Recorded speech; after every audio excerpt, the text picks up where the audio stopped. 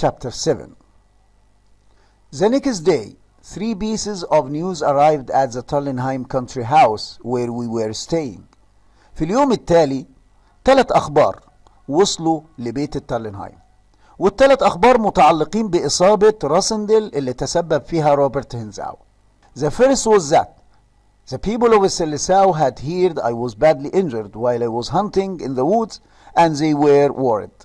الخبر الأول إن أهل العاصمة سمعوا بإصابة الملك وإنها إصابة شديدة وقلقين على الملك. Secondly, the Duke also thought I was badly injured, although he understood better how I had got my injury. الدوق برضو فاكر إن الإصابة شديدة زي الناس، بس هو عارف الإصابة جت إزاي، مش أثناء الصيد. يبقى إيه الاختلاف بين خبر مايكل وخبر الناس؟ الاتنين متفقين في إن هم سمعوا إن الملك badly injured، الناس ومايكل، بس الاتنين مختلفين في سبب الإصابة. الناس فاكراها أثناء الصيد ومايكل عارف إنه روبرت اللي طعنه. بس غريب إن مايكل عارف إنه مصاب بشدة، الإصابة مش شديدة. يمكن روبرت نفسه فاكرها إصابة شديدة وراح قال مايكل كده. I hear this from يوهان. طبعا سمعوا الخبر ده من يوهان اللي بيوصل لهم الأخبار أول بأول. Who I now trusted، اللي حاليا أنا بثق فيه، and had allowed to go back to زندا، وسمحت له إنه يرجع يكمل دوره. Thirdly، الخبر الثالث، Marshal Strachan told me that Princess Flavia had ordered him to take her to see me. هل هي هنا كوشس حذرة؟ مش حذرة خالص. ذهابها إلى زندا يزيد العبء على راسندل. يعني أنا أتخانق مع مايكل ولا أحميكي ولا أخد بالي منك ولا إيه؟ فالأميرة مش حذرة، هنا الأميرة فيها تهور شوية. فحلفت لا تروح تشوف خطيبها. When the princess arrived at Tarlenheim، ولما وصلت الأميرة بيت تارلنهايم she was relieved to see that my injury wasn't serious. ارتاحت لما شافت الإصابة مش خطيرة. However, Johan told us shortly afterwards that the king was looking weak and ill. ولكن يوهان جاب لنا أخبار بعد كده إن الملك ضعيف ومريض. And we realized that we had to do something quickly. أدركنا إن إحنا لازم نتصرف وبسرعة. We couldn't wait any longer or he would surely die. مش هنستنى وإلا الملك هيموت. It was perhaps the strangest thing in the history of any country that the king's brother and a pretend king near a quiet country town during a time of peace acted out a war for the life of a sick king with just a few people knowing about it. بيقول راسندل ربما كان ما يحدث أغرب شيء في تاريخ أي بلد. أخو الملك وملك مزيف بالقرب من مدينة حدودية صغيرة لزندا، يعني في وقت سلام حاصل بينهم حرب بين أخو الملك وبين الملك المزيف، أخو الملك اللي هو مايكل والملك المزيف اللي هو راسندل، على حياة ملك مريض، وناس قليلة اللي تعرف ده. هو بيلخص لنا الموضوع، فلان شيء غريب اللي بيحصل ده. طب ايه الغريب اللي فيه؟ الغريب ان اخو الملك بيحاول يقتل الملك والملك المزيف هو اللي بيحاول ينقذ. المفروض العكس، المفروض الملك المزيف يقتل واخو الملك يحاول ينقذ، لكن اللي حاصل العكس، فشيء غريب. That night، في الليلة دي after Princess Flavia had gone to bed، بعد ما راحت فلافيا تنام I changed my clothes and went outside to join Zapt and Fred with 7 men. غيرنا هدومنا أنا وزابت وفريد وخدنا 7 من الرجال ال10 عشان واحد مصاب و2 هيقعدوا يساعدوا المارشال في حراسة البيت وحراسة الأمير. زابت فريد راسندل و7 من الرجال انطلقوا إلى القلعة. المرة دي رايحين القلعة، تبدأ المناوشات الحقيقية. We all had weapons and we rode our horses into a wet windy night, taking a quiet back road towards the castle of زندا. معانا أسلحة، ركبنا خيولنا في ليلة مليئة بالرياح رطبة، أخذنا الشوارع الخلفية، الطرق الخلفية، رايحين القلعة. It took us about an hour to get there. خدنا ساعة عشان نوصل هناك a few hundred meters from the castle، بس بعيد عن القلعة بكم 100 متر. We asked the 7 men to wait with the horses while we continued on foot up the hill to the moat around the castle. بعيد عن القلعة ب100 متر، طلبنا من الرجال ال7 ينتظروا بين الأشجار مع الخيل، وأنا وزابت وفريدز طلعنا على أقدامنا إلى أعلى التل لغاية ما وصلنا الخندق المائي اللي حوالين القلعة. Here Zap tied a rope to a tree and I took off my boots using the rope to climb down into the water. ذهبت ربط حبل في شجرة واستخدمت الحبل ده في ان انا انزل الى الخندق المائي. زي ما قلت لك المية واصلة للنص مش للوش، زي ما انت شايف في الصورة اللي على يمينك. Although the night was windy and wet, it had been a warm and sunny day and the water wasn't cold. كانت الليلة مليئة بالرياح ورطبة، ولكن النهار بتاعها اليوم كان مشمس، فالمية ما كانتش باردة. And I swam without difficulty around the castle walls. سبحت في الخندق المائي حوالين حوائط القلعة. I could hear voices inside the castle. سمعت أصوات جاية من جوه. But it was so dark that I didn't think anyone could see me. بس الدنيا كانت ضلمة، ما أعتقدش إن حد كان يقدر يشوفني. I remembered what Johan had told me and thought I must now be near to the window of the king's room. افتكرت الكلام اللي قاله يوهان، فاعتقدت ان انا قريب من حجرة الملك. Then I saw the giant pipe that led from his window to the moat. شفت الأنبوبة الضخمة اللي بتنزل من الشباك بتاع أوضة الملك إلى الخندق المائي. And I was about to go nearer. كنت على وشك ان انا اقترب. When I heard a noise. لما سمعت ضوضاء. I now saw there was a boat next to the pipe. شفت مركب بالقرب من الأنبوبة. الأنبوبة نازلة من الشباك على الخندق المائي، مش سايبينها كده، لا، ده في حارس في مركب قاعد بمسدس ضخم أو ببندقية ضخمة في إيده بيحرس الأنبوبة. فراسندل بيقول I now saw there was a boat next to the pipe. شفت مركب بالقرب من الأنبوبة. And in the boat was a guard carrying a large gun. وفي القارب كان حارس ماسك بندقية ضخمة. I went up to the boat as quietly as I could. سبحت بهدوء شديد. Then I saw that the guard was Max Hall. مين الحارس؟ Max Hall, the brother of Johan. أخو يوهان. He was breathing slowly and deeply. كان بيتنفس ببطء وبعمق. And I saw that he was asleep. كان نايم. ماكس كان نايم. I swam slowly and silently up to him. سبحت ببطء وبهدوء ناحيته. Though I hated to do it. بالرغم ان انا كرهت اللي انا هعمله ده. This was war. بس هي دي الحرب. So I stabbed him to death. طعنته حتى الموت. طلع له راسندل من المية، خنقه بإيده الشمال، طعنه بإيده اليمين، طعنه حتى الموت. مات ماكس هول. Now I had time to look carefully at the pipe. تسنى لي الوقت ان انا ابص على الانبوبة بتأني. I soon realized that the bottom of the pipe wasn't fastened to the wall and I could see light coming from its far end. الأنبوبة ما كانتش متثبتة كويس وشفت ضوء يأتي من بينها وبين الشباك. الأنبوبة ما كانتش متثبتة كويس في الشباك، فشاف ضوء. راسندل كان بين الأنبوبة وبين الحيطة، سند ظهره على الحيطة ودفع بإيده الأنبوبة، حاول يعني.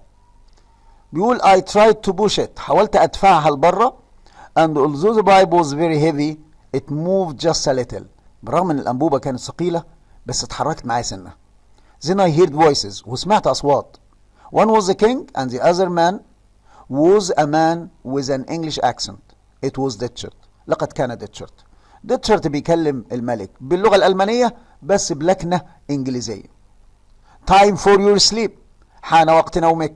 said the Englishman. الملك بصوت واطي وضعيف. Why doesn't my brother kill me now? ليه أخويا ما يقتلنيش دلوقتي ونخلص؟ رد عليه ديتشارد. The Duke doesn't want you to die. Not yet anyway. Sleep well. الدوق مش عايزك تموت دلوقتي على الأقل. نام كويس. Then the light disappeared and I could hear a door being locked. الضوء اختفى وسمعت صوت الباب وهو بيتقفل. Now all I could hear was the king quietly crying. سمعت صوت الملك وهو يئن بصوت ضعيف وواطي. I realized nothing more could be done that night أدركت إن مفيش حاجة ممكن أعملها في الليلة دي. So I climbed in the boat with Max dead at the bottom and rowed back to the room. طلعت في القارب مع جثة ماكس وجدفت عائدا إلى الحبل. The wind was blowing hard now. الرياح كانت بتهب بشدة. So I didn't worry that anyone would hear the boat. ما كنتش قلق إن حد يسمعني. When I arrived next to the rope, I tied it round Max's body. لما وصلت عند الحبل المتدلي من الشجرة ربطت جثة ماكس في الحبل and asked Zap to pull it up. وطلبت من زابت يرفعها. Then I climbed back to my friends. وبعد كده رحت طالع معاهم فوق. زابت whistled for our 7 men. صفر زابت للسبعة to come and get us with their horses. عشان يجولنا. خلي بالك معايا. السبع رجال بين الأشجار بعيد عن القلعة بعدة كيلو مترات. زابت وراسندل وفريدز جنب الخندق المائي. زابت راح مصفر للسبعة عشان يطلعوا. وأول ما السبعة طلعوا as they got nearer أول ما اقتربوا we hear several shots. سمعنا طلقات and loud cries وصرخات and then a voice call out وصوت بينادي they have got me Robert, there are 7 of them, save yourself. مسكون يا روبرت، ده دول 7، انقذ نفسك. ايه اللي حصل؟ ركز معايا. كان في 3 من رجال مايكل ال6 راجعين من دورية أباترول. مين ال3 دول؟ لاونجرام وكرافشتاين وروبرت هنزاو. لما اقتربوا من القلعة روبرت قال لاونجرام وكرافشتاين اطلعوا من الناحية دي وانا هطلع من ناحية القلعة ونتقابل هناك، بحيث يعني يمشطوا المنطقة ويأمنوا المنطقة. يبقى لاونجرام وكرافشتاين انطلقوا يمين، روبرت طلع على القلعة. لما لاونجرام وكرافشتاين انطلقوا يمين اصطدموا بمين؟ اصطدموا بال7 رجال راسندل وزابت وفريدز. حصلت معركة بينهم. كان روبرت وصل عند القلعة، واحد من الاثنين لاونجرام وكرافشتاين هو اللي بيصرخ ويقول they have got me Robert, there are 7 of them, save yourself. انقذ نفسك يا روبرت. يبقى باين عليهم صحاب قوي يعني عشان بيقولوا انقذ نفسك. طبعا زابت وراسندل سمعوا العبارة دي وروبرت سمع العبارة دي. روبرت راح لافف وراجع لناحية الصوت. راسندل وفريدز وزابت نازلين اصطدموا بمين؟ بروبرت. يبقى في معركة هنا وفي معركة هنا. راسندل بيقول لنا we were running towards our men. جرينا ناحية رجالنا. when a horse arrived with Robert هنزاو on it. وفوجئنا بحصان جاي وفوقيه روبرت هنزاو. it was so dark that he didn't see us. هو ما كانش شايفنا، كان الدنيا ضلمة، احنا شايفينه. راسندل بيقول so I took a large stick. مسكت خشبة ضخمة، خشبة ضخمة يعني فرع شجرة مثلا and ran forward towards the horse's head. وجريت بالخشبة بتاعتي على دماغ الحصان بتاع روبرت. روبرت جاي جري، راسندل ماسك الخشبة وطالع جري ناحية الحصان، عايز يوقع الحصان وينزل ضرب في روبرت يموته. Now surely we had him. كده أكيد وقع في إيدينا. مين اللي يقع في إيدك؟ روبرت؟ أنت واهم. يقول لك but he was too quick. كان سريع. he waved a sword at me. فجأة لمحني بطرف عينه. قبل ما الخشبة توصل للحصان كان مطلع سيفه وضرب بيه الخشبة and cut my stick in half. قطعها لي نصين ومن عند ايده، يعني كان صباع راسندل هيروح فيها دي، كان صباعه هيروح. راسندل بيقول I stepped back. نطيت لورا، نطيت لورا. and before we knew it he had disappeared into the night. واختفى داخل الظلام. هرب روبرت، خلاص الدنيا مش امان، ناس بتصرخ هناك، ناس طلعوا عليه من هنا، لازم يهرب. اختفى داخل الغابة. I later found out that Loughran and Krafstein were both killed by our men. قتل لاونجرام وكرافشتاين في هذه الليلة. Although the fight had cost us 3 of our own men. لكن المعركة كلفتنا 3 من رجالنا ال7. في 3 قتلوا من ال7. يبقى كانت النتيجة في اليوم ده تعادل 3-3. ماكس ولاونجرام وكرافشتاين من ناحية الدق، و3 ما نعرفش أساميهم من ناحية راسندل. بيقول لنا راسندل we went home with heavy hearts. رجعنا بقلوب مثقلة ومهمومة. for our friends. حزينين على أصدقائنا اللي ماتوا. worried about the health of the king. قلقين على صحة الملك. and angry that Robert had escaped. وغاضبين أن روبرت هرب. يبقى ليه راسندل وصف رجوعهم بأنهم كانوا راجعين with heavy hearts لثلاث مشاعر أسوأ من بعض. sad for their friends. حزينين على أصدقائهم. worried about the king. قلقين على الملك. angry that Robert could escape that night. sad, worried and angry. The next day. إيه اللي حصل في اليوم التالي؟ The next day I received a visit from the chief of police in السلساو. رئيس شرطة العاصمة السلساو راح زندا يزور الملك. ليه؟ He told me that the British ambassador had reported that an Englishman called Rassendyll had disappeared near the town of Zenda. They had found his bags at a nearby train station, and a man called Mr. Featherly from Paris believed he was traveling with Madame de Mouba. He asked if I knew the lady. رئيس الشرطة رايح لراسندل يقول له ايه؟ يقول له جلالتك السفير الانجليزي عامل لنا مشكلة كبيرة عشان في مواطن انجليزي اسمه رادلف راسندل اختفى بالقرب من زندا. وجدنا الحقائب بتاعته في محطة قطار قريبة ولكن هو مش عارفينه فين. تحرياتنا وصلت لواحد اسمه مستر فيذرلي في باريس قال لنا انه كان على نفس القطار اللي جت عليه مدام انطوانيت. فلو سمحت جلالتك تعرفها تسألها لنا شافته فين آخر مرة؟ رد عليه راسندل yes I do. أيوة أعرفها. I believe she and her servants were guests of Duke Michael. أنا أعتقد إن هي ضيفة عند أخويا. I see said the policeman. قال له فهمت. طب جلالتك ما تشوف لنا الموضوع ده عشان السفير الإنجليزي زعلان. راسندل قال له go back to Seleção and tell the ambassador what you know. ارجع العاصمة قول للسفير ما تعرفه عن الموضوع. I look into this for you. أنا اللي هدور لك في الموضوع بنفسي ما تقلقش نفسك أنت. Return in 2 weeks and I'll tell you what I have found. ارجع لي بعد أسبوعين وأنا هقول لك ماذا وجدت. راسندل بيقول لنا I wanted to have at least 2 weeks without any more difficult questions. أنا عايز بس أسبوعين بدون أسئلة صعبة بدون ما حد يسألني أنت فين. My game had almost been discovered. خلاص لعبتي هتخلص. رئيس الشرطة ما رجعش السلساو على طول. قعد في زندا اليوم ده. الراجل بيريح. But with the policeman in town that day there could be no more fighting around the castle. بوجود رئيس الشرطة في زندا تتوقف المعارك. محدش يقدر يتخانق مع حد. ما احنا قلنا الخناقات دي في الغرف المغلقة وفي الظلام وبعيد عن الناس. ما بالك رئيس الشرطة موجود. خلاص كله يلتزم الأدب. And Robert clearly felt safe enough to ride out on his horse. روبرت شعر بالأمان ركب حصانه وطلع يتمشى. راسندل شعر بالأمان ركب حصانه وطلع يتمشى. اتقابلوا الاتنين في الغابة. When I saw him راسندل بيقول لما شفت روبرت I quickly caught up with him. رحت ناحيته. He looked surprised to see me. كان مندهش انه يشوفني. How is my brother today? اخبار اخويا النهارده. رد عليه He's well. He hopes he will soon be in السلساو. بيأمل انه قريبا هيكون في العاصمة ملكا يعني. رد راسندل روبرت you are young. Why are you doing this? انت صغير يا روبرت بتعمل كده ليه؟ If you let your prisoner go free لو سبت السجين بتاعك وحررته اللي هو الملك I can help you. انا ممكن اخدمك. You don't have to work for my brother. انت مش مضطر تشتغل مع اخويا.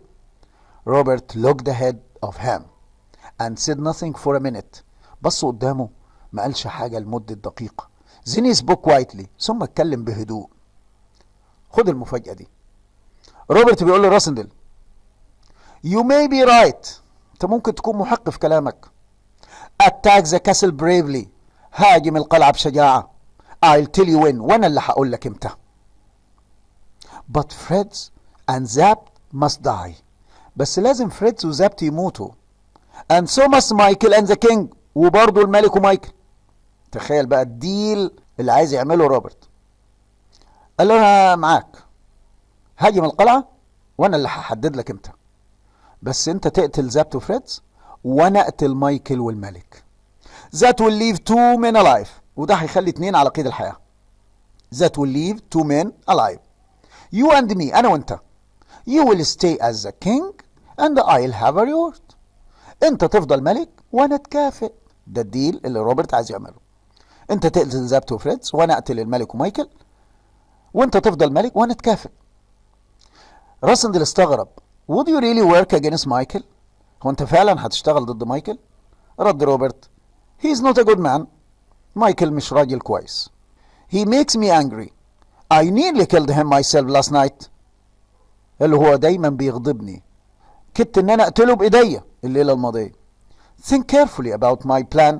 فكر بس في خطتي. وراح سابني وماشي. Later the day Zapt could see that I was deep in thought. في اليوم ده زابت لاحظ ان انا غرقان في التفكير. But I didn't tell him what I was thinking. طبعا ما قلتلوش انا كنت بفكر في ايه، لانه هيقلق مني لما اقوله في حد اتفق معاه على قتلك وانا بفكر في كده، اكيد هيقلق. There was a knock at the door. في خبط على الباب. and a boy brought me a message. وولد صغير دخل. لما فتحنا الباب ادانا رسالة. قال في واحد بره اداني الرسالة دي اوصلها لكم. It read. الرسالة دي كانت بتقول Johan will take this letter for me. يوهان هيوصل الرسالة دي بالنيابة عني. I warned you before. أنا حذرتك من قبل. The Duke discovers that I helped you that night in the summer house. الدوق اكتشف ان انا ساعدتك في الليلة اياها في البيت الصيفي. He's now keeping me a prisoner in his mansion. حاليا حبسني في القصر بتاعه because he cannot trust me. لانه مش واثق فيا. Please if you can rescue me from this house of murderers. لو تقدر لو سمحت انقذني من بيت القتلة ده. أنطوانيت دي موبا. هي هنا موقعة باسمها. خلاص ما هيش مش باكي على حاجة. راسندل بيفكر what could I do؟ ايه اللي ممكن اعمله؟ Time went on and I knew that for now I could do nothing to help either Madame de Mouba or the king. انا كنت عارف ان مفيش في ايدي حاجة اعملها لمدام دي موبا او للملك. I soon heard that the people in Stillisau didn't like the fact that I had been away from them for so long. سمعنا خبر ان الناس بتاع سلساو مش سعيدة ان الملك بعيد عنهم. الناس زعلانة ان الملك بعيد عنهم لفترة طويلة. To keep them happy, my messengers told them that Flavia and I had arranged a date for our wedding. وعشان نسعد الناس سربنا خبر ان الاميرة والملك رتبوا ميعاد الزفاف. News which was greeted with great joy. اخبار تم مقابلتها بفرح كبير. بس not everyone wanted to know this news. مش كله حب الاخبار دي. يوهان told me that the Duke was furious to hear about the wedding. يوهان وصل لهم خبر ان الدوق لما عرف بخبر الزفاف ده كسر القلعة اللي فيها. كان غاضب جدا. At the same time the king had become so ill that the Duke had asked for a doctor. وجالنا خبر ان الملك مرض جدا لدرجة ان الدوق بعت لطبيب to examine him. The doctor advised him to set the king free at once. الدكتور نصح بإطلاق سراح الملك في الحال. But the Duke refused. لكن الدوق رفض. Adding that the doctor would have to stay with him until he was better or died. وكمان حبس الطبيب معاه. قال له بص يا دكتور انت مش هتطلع من هنا إلا لما يخف يا يموت أيهما يأتي أولا whichever came first. ولكن طبعا مايكل مش ناوي يطلع الطبيب أبدا. Johan also told us that Antoinette de Mauban was helping to look after the king. قال لنا ان أنطوانيت بتساعد في تمريض الملك who was guarded by 2 of the remaining 6 men at all times. اللي على طول بيحرسوا 2 من الأربعة اللي فاضلين. هم حاليا فاضلين 4 فقسمهم 2 مع الملك و2 معه. Although Johan didn't want to return to the castle. يوهان في اليوم ده ما كانش عايز يرجع القلعة. We paid him well. دفعنا له كويس. هو ده اللي right encouragement. دفعنا له كويس to go back and act as our spy. ويكمل دوره كجاسوس. I found out from Johan where all the people stayed at night in the castle and the mansion. عرفت من يوهان الناس بالليل في القصر والقلعة بيكونوا فين مواقعهم. And who had the keys to the doors. ومين اللي معاه مفاتيح الأبواب. راسندل بيقول لي يوهان ايه I'll give you 50,000 pieces of gold if you do what I ask you tomorrow night. هديك 50,000 قطعة ذهبية لو عملت اللي هطلبه منك ده. I hear there are new servants at the castle. Do these servants know the king is a prisoner there? أنا سمعت إن في خدم جداد في القلعة. هل الخدم دول يعرفوا إن الملك مسجون في القلعة؟ رد يوهان: No, they don't know who the prisoner is. ما يعرفوش السجين مين. So, if they saw me, they would think that I was the king. لو شافوني هيفتكروني الملك. رد عليه يوهان: Yes, they would, sir. أيوة يا سيدي. رد عليه راسندل: Go tomorrow night, give this letter to Antoinette de Maubert. طيب بكرة بالليل تدي الخطاب ده لأنطوانيت. Then at 2 o'clock in the morning، دي المهمة اللي هياخد عليها 50,000 قطعة ذهبية. الساعة 2 صباحا open the front door to the mansion، هتفتح لنا باب القصر الأمامي. ask no more questions. now go، تسألش، اتكل على الله. يفتح باب القصر مش باب القلعة. when he was gone I told Zapt and Fritz about my plan. It was our only chance to save the king. أخبرت زابت وفريدز بخطتي، كانت الفرصة الوحيدة لإنقاذ الملك. Zapt would take some men to the front door of the mansion. When Johann opened the door, they would quickly enter and tie up the servants if they didn't want to help the king. زابت هياخد رجالة ويستنى أمام القصر مستخبي طبعا لغاية ما يوهان يفتح الباب الساعة 2 صباحا. زابت هيخش يسيطر على القصر ويقيد الخدم اللي مش عايزين يساعدوا. At the same time, Madame de Maubert would cry out for help from her room. في خطاب راسندل لأنطوانيت طلب منها برضو الساعة 2 صباحا تصرخ طلبا للمساعدة. The Duke would surely come to see what was happening. الدوق هيجي عشان يشوف ايه اللي بيحصل and we could take him، يقبضوا عليه في لحظتها. Then there would only be 2 men left guarding the king. هيفضل في 2 بيحرسوا الملك. So we would need to move quickly، هنتحرك بسرعة before they hurt him، قبل أن يأذوه. Meanwhile، وفي نفس التوقيت the house of the Tallenheim was to be filled with lights and music so that people believed we were having a ball. في نفس الأثناء دي بيت التالنهايم هيفضل مليان موسيقى وأضواء. أمر الخدم إن هم ينوروا البيت كله ويطلقوا الموسيقى بصوت عالي عشان لو حد بيراقب يفتكر إن الناس دي مش في دماغها الهجوم على القلعة في الليلة دي، فبالتالي يعني ينفذ خطته وهو مرتاح. تمويه، يعني عملية تمويه. مارشال ستراكنج برضو كان ليه أوامره. مارشال ستراكنج would guard the house and the princess, and if the next day we hadn't returned, he would then march to the castle and ask to see the king at once. If the king wasn't there, he would quickly take Princess Flavia back to the capital, where she would become queen. المارشال هيحرس الأميرة وبيت التارلنهايم. طيب لو ما رجعوش في اليوم التالي راسندل وفريدز وزاب، يمشي بعساكره المارشال لغاية القلعة، يطلب من مايكل أن يظهر الملك في الحال، ما يدهوش 24 ساعة، في الحال. ما عملش كده يرجع المارشال بسرعة إلى العاصمة بالأميرة وهناك يعلنها ملكة على البلاد. So that night at midnight، في منتصف الليل الساعة 12، زاب took his men to the mansion. انطلق زابت برجاله إلى القصر. I rode alone a different way to the castle. راسندل بيقول ركبت لوحدي في طريق مختلف إلى القلعة. with clothes to keep me warm، ومعايا ملابس تدفيني، weapons and a rope، ومعايا أسلحة ومعايا حبل. half an hour later I was back by the moat. بعد نص ساعة كنت بجوار الخندق المائي. I left my horse and gun in some trees. سبت مسدسي وحصاني بين بعض الأشجار. tied some rope to another tree and climbed down into the water once more. ربطت حبل في شجرة ونزلت تاني الخندق المائي. I swam back to the pipe below the window.